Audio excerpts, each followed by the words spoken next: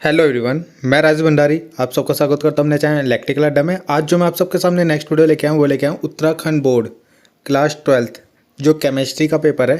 ठीक है, तो उसके इम्पोर्टेंट क्वेश्चन लेके आया हूँ प्रीवियस ईयर के, जो इससे पहले 5 या 6 साल पुराने जो पेपर्स हैं उनसे जो इम्पोर्टेंट क्वेश्चन है वो लेके आया हूँ। ठीक है, ये किस चैप्टर के ऊपर है? केमिकल काइनेटिक्स के ऊपर है।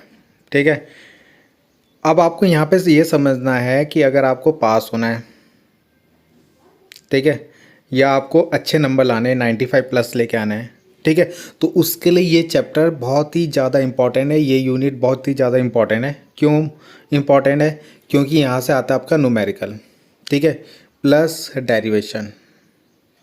ठीक है, थ्योरी यहाँ से बहुत कम आती है और थ्योरी आएगी भी तो मैं बता दूंगा कौन सी थ्योरी आएगी यहाँ पे। ठीक है, न्यूमेरिकल कौन सा आएगा वो भी बता दूंगा, डेरिवेशन कौन सी आएगी वो भी बता दूंगा। ठीक है, हर साल वही रिपीट होता है। अगर आप मैं अभी क्वेश्चन आपको दिखाऊंगा ना तो वही आपको दिखेंगे, तो ये इसलिए इम्पॉर्टेंट है। और न्यूमेरिकल और डेरिवेशन में आपको पता है नंबर नहीं करते हैं। ठीक है, फुल के फुल नंबर मिलेंगे अगर आपने सही किया है।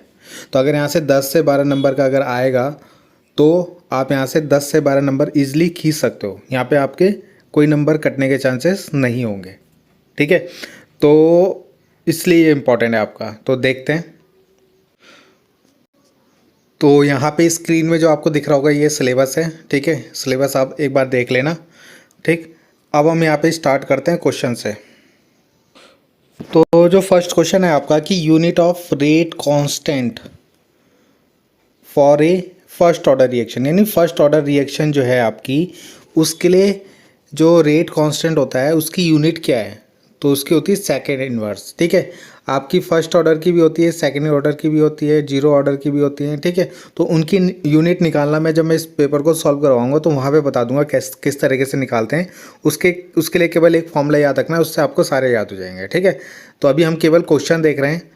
सेकेंड क्वेश्चन जो है यहाँ पे अगर आपको स्क्रीन में दिख रहा होगा तो सेकेंड क्वेश्चन है ये जो 13 नंबर में है कि आपको ऑर्डर ऑफ रिएक्शन और मॉलिक्यूलरिटी ऑफ रिएक्शन, इसमें क्या लिखना है? इन दोनों को एक्सप्लेन करना है एग्जाम्पल के साथ। तो जो मैं थ्योरेटिकल क्वेश्चन की बात कर रहा था ना, उसमें पहला क्वेश्चन ये ले लेना।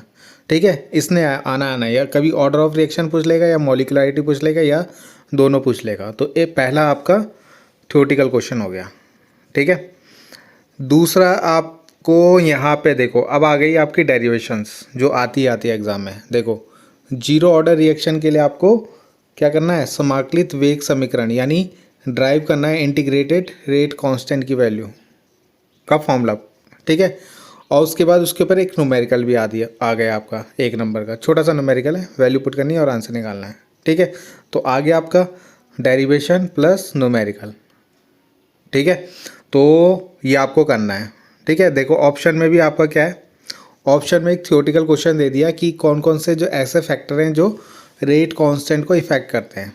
ठीक है, तो ये थ्योरेटिकल में आ गया और देखो ये नीचे न्यूमेरिकल आ गया 2 नंबर में।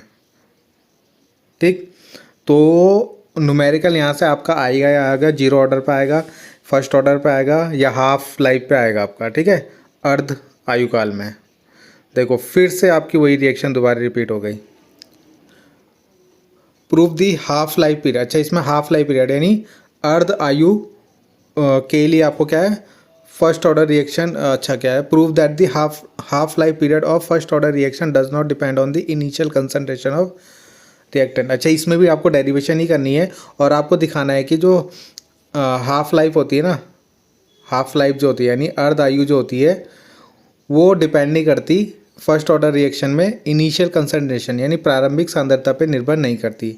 इसको आपको प्रूव करना है। ठीक है, तो मैं करवा दूंगा इसको जब मैं इसका पेपर प्रूव कराऊंगा, मतलब पेपर सॉल्व कराऊंगा। ठीक है, तो प्रथम कोटि की अभिक्रिया की अर्ध आयु अभिकारकों के प्रारंभिक सांद्रता पे निर्भर नहीं करती, वो आपको यहाँ पे प्रूव करके दिखाना है। ठीक है, देखो फिर से वही आ गया, प्रथम कोटि की अभिक्रिया के लिए 4 घातांक की समीकरण समाकलित वेग समीकरण ये सिद्ध करना है। तो ये आपका फर्स्ट जो आपकी रिएक्शन होती है ना उससे ही बनता है ये भी। ठीक है, तो ड्राइव करना है आपको exponential form of integrated rate equation, ये इक्वेशन भी प्रूव करनी है आपको। बहुत से क्या होते हैं आधे तक ही करते हैं, इसको पूरा नहीं करते, तो ये आपको पूरी करके जानी है। ठीक है, फिर देखो आपके न्यूमेरिकल जो ये पर है ना, सारी डेरिवेशन है, जीरो ऑर्डर, फर्स्ट ऑर्डर, यही दोनों रिएक्शन आती है आपके एग्ज़ाम में, ठीक है। तो ये आप ज़रूर कर लेना। और फिर ये उस पर न्यूमेरिकल आ गया, ठीक। देखो फिर से वही क्वेश्चन रिपीट हो गया जो ऊपर रिपीट हुआ था। Drive the integrated rate equation for the first order reaction, अभी वो ऊपर आया था सेम टू सेम, फिर उसमें एक न्यूमेरिकल आ गया आपका, ठीक है। फिर देखो जो उसमें और में जो क्वेश्चन दिया है अथवा में, उसमें भी देखो एक न्यूमेरिकल आ गया, ठीक है। ये न्यूमेरिकल बहुत इंपॉर्टेंट है, ये वाला, ये बहुत बार रिपीट होता है आपका 99% वाला, ठीक है। तो ये जरूर करना। और जो थ्योरेटिकल क्वेश्चन में बोल रहा था ना, एक तो आपने पहले देख लिया था और एक ये दूसरा क्वेश्चन, ठीक है। ये दो क्वेश्चन ज़्यादा आते हैं थ्योरेटिकल में। फिर देखो एक नंबर में वही आ गया कि half life period of first order reaction क्या होती है, वो लिखना है आपको, ठीक है। यानी सीधा फॉर्मूला लिखना है। नेक्स्ट जो क्वेश्चन है इंपॉर्टेंट आपका, कि आपको जो प्रथम कोटि की अभिक्रिया के लिए अभिकारक के प्रारंभिक सांद्रण व अर्धायु में क्या संबंध होता है, ठीक है। यानी जो आपका initial concentration of the reactant और half life period for first order reaction, इन दोनों में क्या रिलेशन होता है, वो आपको प्रूव करके दिखाना है इसमें, ठीक है। तो ये भी आपकी डेरिवेशन ही हो गई आपकी। और ये एक थ्योरेटिकल क्वेश्चन आपका ये बन गया कि अभिक्रिया के वेग पर सांद्रण, ताप और दाब का क्या इफेक्ट पड़ता है, यानी कंसंट्रेशन जो होती है उस पर टेम्परेचर, प्रेशर और कैटलिस्ट का क्या इफेक्ट पड़ता है, ठीक है। किस पे? रेट ऑफ रिएक्शन पे। यानी रेट ऑफ रिएक्शन पे अगर आप कंसंट्रेशन बढ़ाओगे, टेम्परेचर बढ़ाओगे, प्रेशर बढ़ाओगे, कैटलिस्ट अगर यूज़ करोगे तो क्या इफेक्ट पड़ेगा आपकी रेट ऑफ रिएक्शन में, वो न्यूमेरिकल है आपका, वो मतलब ये थ्योरेटिकल है आपका, ठीक है। तो ये आपको एक ये पढ़ लेना है। तो 3 क्वेश्चन हो गए, ठीक है, थ्योरेटिकल, ईजिली याद कर लोगे। फिर से देखो जीरो ऑर्डर रिएक्शन के लिए आपको क्या करना है, रेट इक्वेशन प्रूव करनी है, ठीक है। तो ये भी आप कर सकते हो, बहुत यही रिपीट हो रहा है बार बार। उसके बाद देखो एक रिएक्शन ये, एक क्वेश्चन ये भी है, ठीक है। और ऊपर अभी हमने ये क्वेश्चन देखा था ना, टेम्परेचर, ये चीज़ें, प्रेशर, उनसे क्या चेंज होता है, तो वही आपको इसमें भी लिखना है, ठीक है। बाकी इसमें देखो ये क्वेश्चन क्या है, identified the order of reaction from the unit. Unit से आपको पहचान करनी है कि ये कौन सा ऑर्डर ऑफ रिएक्शन है, ये कौन सा ऑर्डर ऑफ रिएक्शन है, ठीक है। अगला क्वेश्चन है देखो ये 99% वाला, ये क्वेश्चन भी रिपीट हो गया है, ठीक है।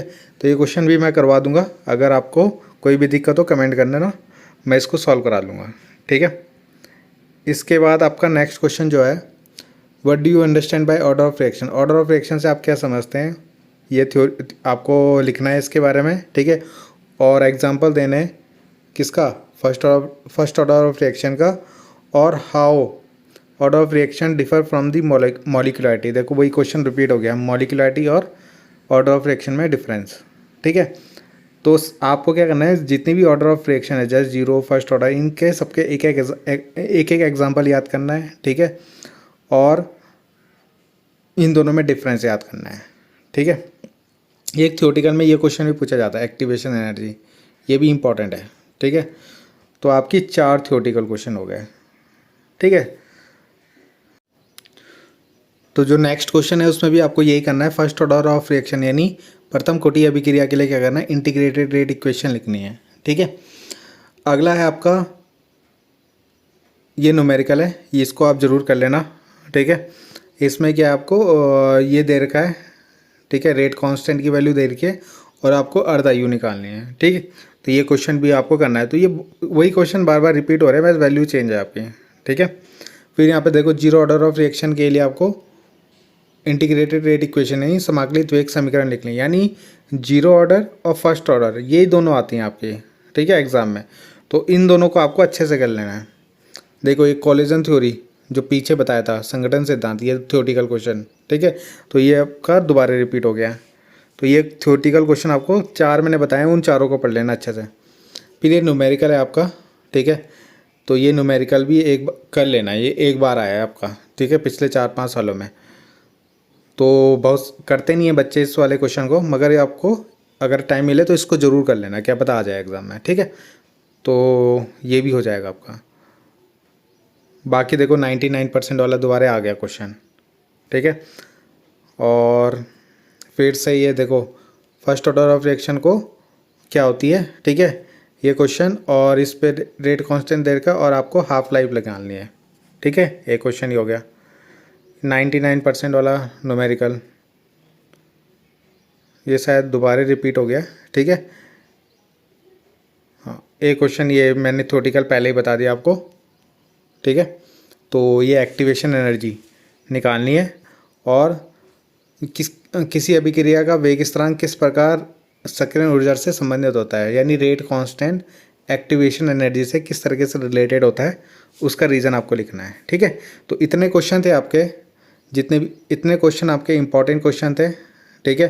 तो इनको तो आपको करना ही करना है। अगर आपने ये कर लिया ना तो जितने भी इस चैप्टर से जितने भी नंबर का आएगा वो पूरे नंबर आपको मिल जाएंगे, ठीक है। तो फिर वो नंबर कटते भी नहीं है ये वाले नंबर, क्योंकि न्यूमेरिकल और आपका न्यूमेरिकल आएगा, ये आपका डेरिवेशन आएगी, तो उसमें नंबर कटेंगे भी नहीं आपके और पूरे के पूरे नंबर मिल जाएंगे आपको, ठीक है। तो मिलते हैं नेक्स्ट वीडियो में। Thank you.